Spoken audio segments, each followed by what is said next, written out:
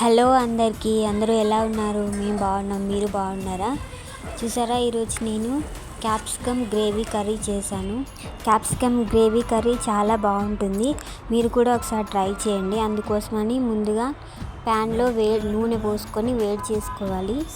అందులో క్యాప్సికమ్ ముక్కలు కూడా వేసుకొని బాగా మగ్గనివ్వాలి. కొంచెం ఉప్పు వేస్తే త్వరగా మగ్గుతాయి, అందుకని నేను కొంచెం ఉప్పు వేసాను. చూడండి, అవి కాసేపు మగ్గాలి. ఉప్పు వేసుకున్న తర్వాత అందులోనే కొంచెం పసుపు కూడా వేసుకొని బాగా కలుపుకొని మూత పెట్టేసుకోవాలి, అవి మగ్గడానికి కోసమని. తర్వాత నేను గ్రేవీ కోసం అని చెప్పి ఎండుమిర్చి, కొంచెం బాదం పప్పు నీళ్ళలో పోసి నానబెట్టుకున్నాను. అది కాసేపు నానిన తర్వాత మిక్సీ పట్టుకోవాలి. అందులోకి ఉల్లిపాయలు కూడా తీసుకొని మిక్సీలో వేసుకొని పేస్ట్ చేసుకోవాలి. చూసారా, ఇలా చూపించినట్టు పేస్ట్ చేసుకోవాలి. నానబెట్టిన వాటర్ని కూడా అందులోనే పోసేసుకొని అందులోనే కొంచెం టమాటాలు కూడా వేసుకొని బాగా గ్రైండ్ చేసుకోవాలి. మెత్తగా పేస్ట్ లాగా గ్రైండ్ చేసుకోవాలి. అంతలోపు ఇందులో మనం ఇందాక పసుపు వేసుకున్నాం కదా, చూడండి ఇలా మెత్తగా అవ్వాలి. మెత్తగా అయిన తర్వాత ప్లేట్లోకి తీసుకోవాలి.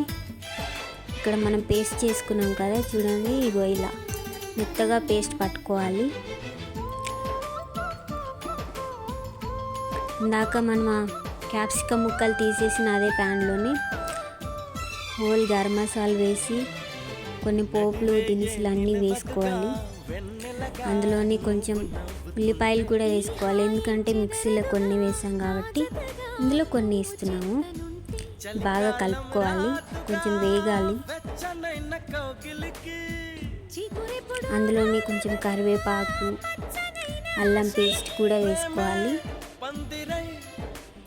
అన్నీ బాగా మిక్స్ చేసుకోవాలి, పచ్చివాసన పోయేదాకా.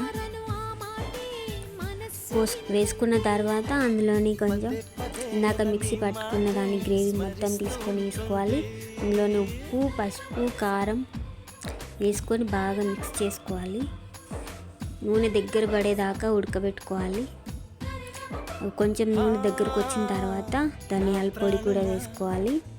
అలాగే గరం మసాలా కూడా వేసుకొని బాగా మిక్స్ చేసుకోవాలి. కాసేపు ఉడకనివ్వాలి.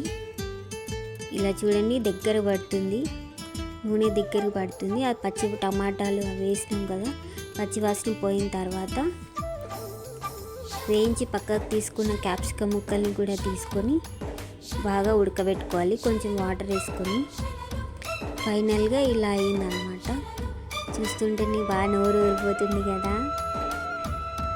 అలాగే మీరు కూడా మీ ఇంట్లో ట్రై చేసుకోండి, తప్పకుండా చాలా టేస్టీగా ఉంటుంది.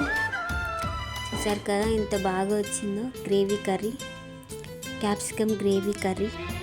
చూడండి, సబ్స్క్రైబ్ చేసుకోండి, లైక్ చేయండి.